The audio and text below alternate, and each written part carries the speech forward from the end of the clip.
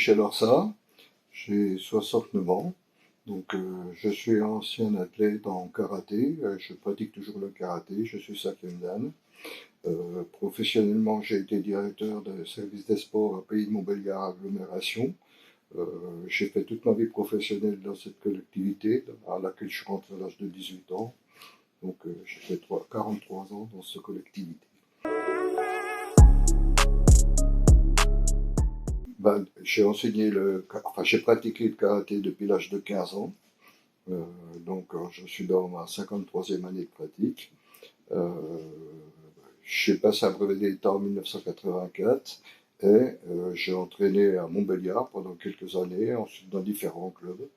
Euh, j'ai eu pas mal de résultats sportifs à titre individuel et en tant que professeur. Euh, et voilà, donc ma vie sportive est principalement axée autour du karaté. Ensuite, professionnellement, donc j'ai intégré le service des sports de Pays de Montbéliard Agglomération, où j'ai créé, avec mes collègues, nous avons créé le service des sports. Euh, Nous avons commencé par la gestion de la base nautique de Brognard, et ensuite les différents équipements communautaires, jusqu'à l'arrivée de l'Axone en 2008. Alors, mes principales missions avec l'arrivée de l'Axone en amont, ça a été d'aller vendre notre équipement auprès des fédérations, ce qui m'a permis de découvrir l'ensemble des dirigeants des fédérations de sport de salle. Donc, on est allé avec les plans pour voir si tout ce qu'on avait prévu dans la salle, tout ce que notre programmiste et notre architecte avaient programmé sur l'équipement, nous avons été voir avec les plans des fédérations pour voir si ça correspondait bien à le cahier des charges, à la fois national et international. Donc on a eu très peu de surprises à l'ouverture par rapport au cahier des charges des compétitions internationales. Et ça nous a permis d'anticiper l'avenue des différentes équipes de France qu'on a vues à l'Axo, comme le handball, le volley, le judo, et puis différentes autres manifestations telles que le motocross indoor qu'on a eu aussi également à l'Axo. En autre événement, on a bien sûr évidemment les événements qui ont lieu sur la base nautique de Brognard, comme le Beach Volley Tour, les championnats de France de Beach Volley en 2006, les matchs des équipes de France de foot au Stade Bonal, et notamment le gros événement du stade, ça aurait été l'avenue de l'équipe de France de rugby contre les Pacific Islanders. C'était difficile à penser qu'un jour on aurait du rugby sur le Stade Bonal, mais nous l'avons fait.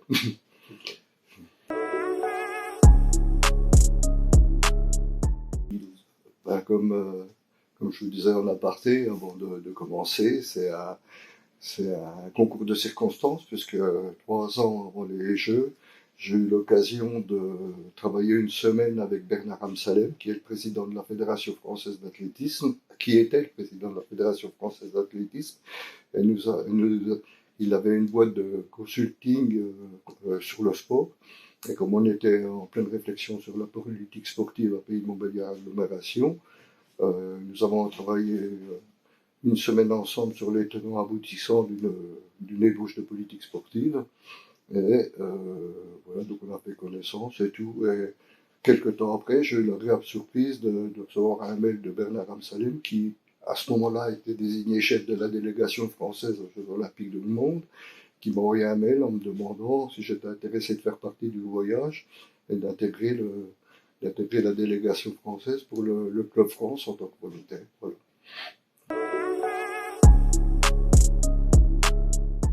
Alors là, encore une fois, ça a été un peu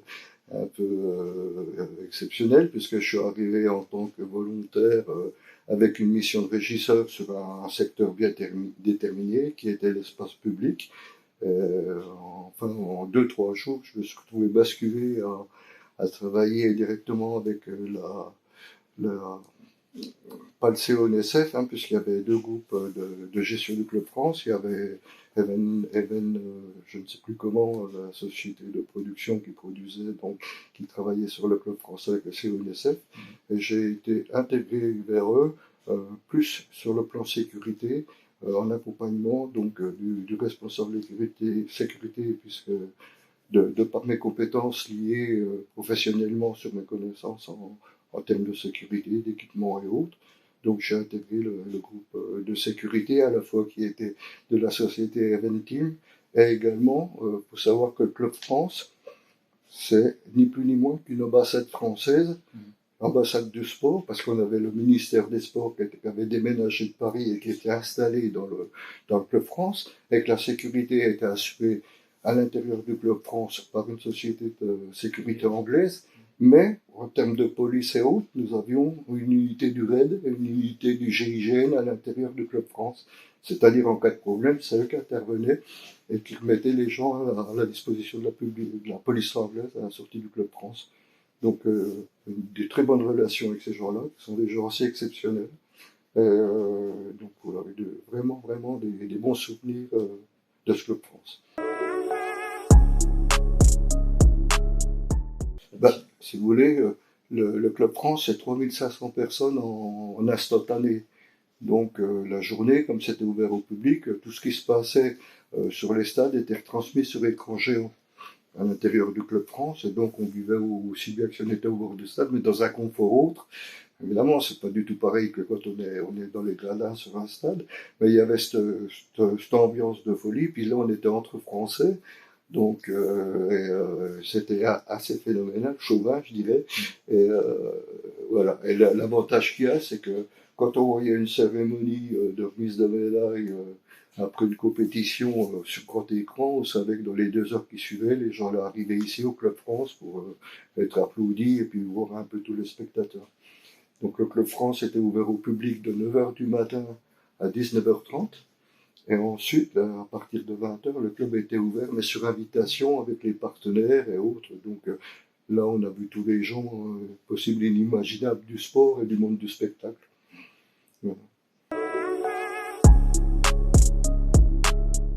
Voilà. On prend du plaisir, mais c'est vrai que c'est un travail usant. C'est un vrai travail usant parce qu'on a beau travailler en binôme, mais on n'a pas vraiment d'horaire.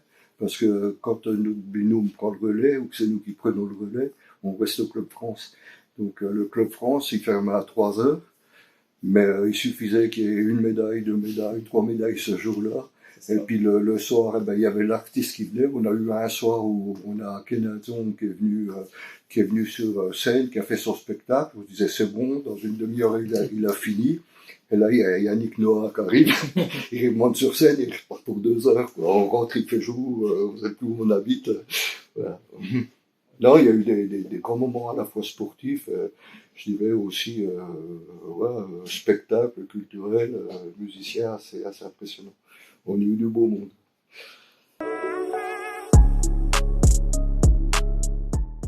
Oui,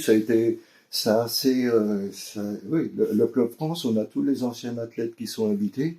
Donc, vous avez des gens qui sont comme Jean-Claude Killy, après on a eu des athlètes aussi qui étaient là, qui travaillaient à l'animation du Club France. Comme Marie-Josée Pérec, Franck Dumoulin, le rugbyman, je sais plus son nom, Betsen, d'autres encore, là, des escrimeurs et tout. Donc ça a été sympa. Et des personnalités aussi. Hein. Donc on a le Premier ministre à l'époque qui est venu, notre ami François Hollande, le président, qui est venu. Donc c'est tout un dispositif d'accueil qui est assez impressionnant. Même en étant observateur, en étant dans son petit coin, on voyait que c'était assez impressionnant. Donc, mais autrement, vraiment, vraiment des gens bien. Moi, j'ai fait la connaissance de Jean-Marc Barre, donc, qui jouait dans le Grand Bleu, qui est quelqu'un qui a l'image de son personnage dans son film, qui est vraiment une tranquillité absolue, gentil avec tout le monde, super sympa.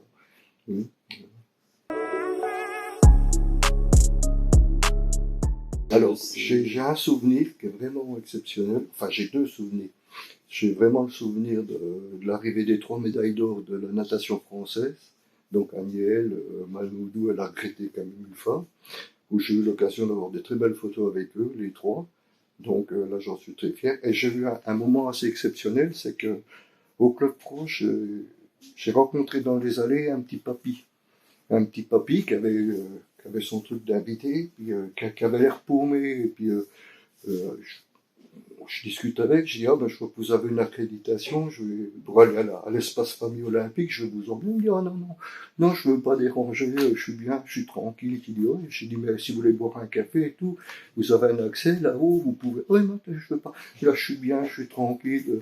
J'ai dit, mais j'ai dit oui, parce que j'ai dit, vous avez dû être, vous avez une accréditation d'ancien athlète. J'ai dit, donc je dis, vous avez fait, ah, il fait, oui, oui, j'ai fait les jours il y a longtemps, qu'il me dit là, il me dit même qu'il là, il est plus jeune que moi. Et c'était marrant parce que, donc, moi j'ai été appelé à la radio, je me suis excusé vers lui, puis je suis parti. Puis je l'ai revu après, qu'il se baladait toujours comme ça, là au milieu. Et je me suis dit, il m'a dit qu'il avait été médaillé en équitation. Alors je veux dire, je regardais, j'étais sur le truc historique des JO, j'ai dit, médaillé en équitation, je regarde, je descends, et je crois que il a été médaillé en 1960. Et il était médaille d'or. Et ce mec-là, tout tranquille, il voulait déranger personne. C'est pour dire l'esprit olympique, quoi. Et le mec, il était là, tranquille, il voulait embêter personne, il était tranquille dans son coin. Et j'ai vu qu'il était décédé 2 ans après, en 74, quoi. Mais gars, c'était assez impressionnant. J'ai toujours le souvenir de ce petit monsieur qui était en fin de compte un médaillé que personne ne connaissait et puis qui était vraiment tranquille, là, peinard, qui était émerveillé de voir tout le monde. Ouais. Non, autrement, des grands moments, il y en a toujours, quoi.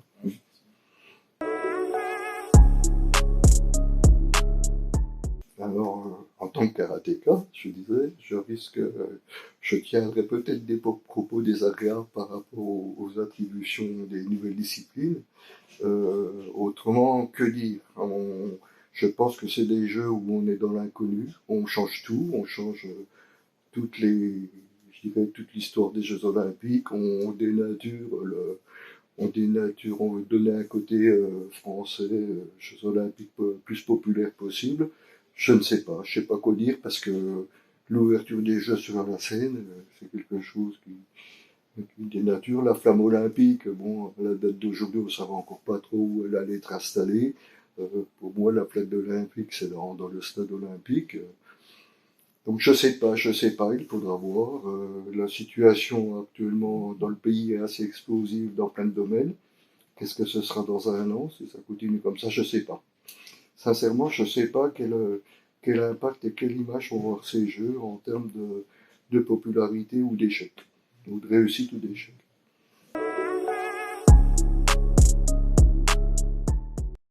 Alors moi, je regarderai les Jeux Olympiques depuis mon fauteuil.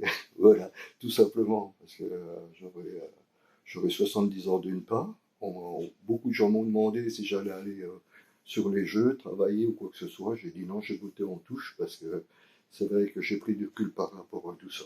Puis la déception, pas avoir le grade des Jeux Olympiques, mais beaucoup à être ronchon dans ce domaine-là. Non, mais sérieusement, non, je pense que place aux Jeux.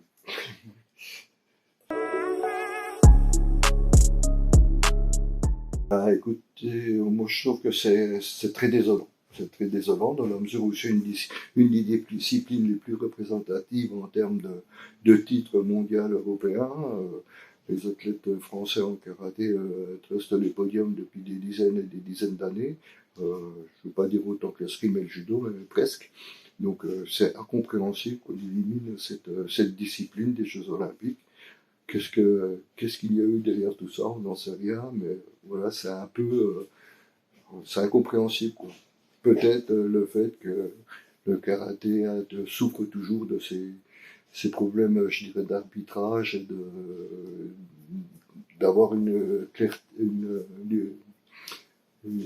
clarté plus, une visibilité plus que le grand public ne maîtrise pas, donc la nécessité d'avoir peut-être une modification des règles à la fois d'arbitrage et de combat pour que les gens s'y retrouvent, parce que c'est vrai que c'est un sport où ça va très vite, tout le monde ne comprend pas tout le temps.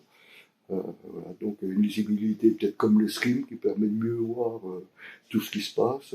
Donc là, à voir, je ne sais pas.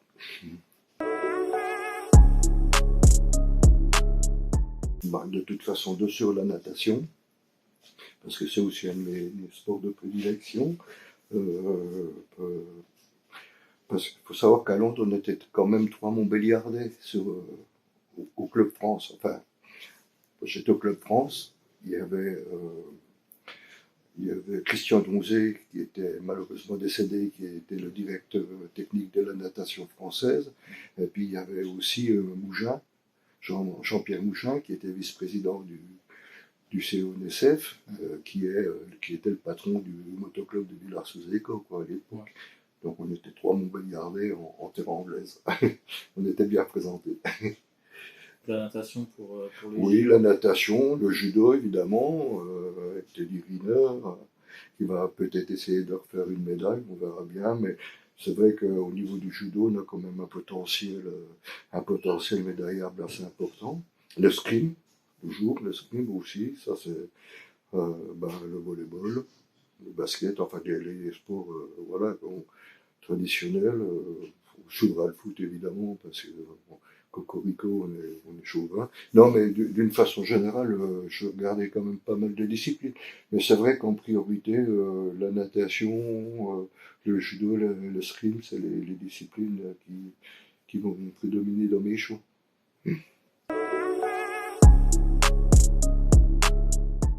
Bah, écoutez, moi, sur mon vécu sportif, je suis satisfait de ce que j'ai fait. Ça aurait pu être mieux, ça aurait pu être moins bien. Donc non, je pense que j'ai un vécu qui me satisfait pleinement. Sur le plan professionnel aussi, le sport m'a emmené dans beaucoup de domaines, m'a fait découvrir beaucoup de choses. Et non, je n'ai pas de regret particulier sur ma pratique. Le karaté, je continue parce que c'est une discipline qu'on peut pratiquer tardivement, on en apprend tout le temps, on n'est jamais à court d'apprendre quelque chose.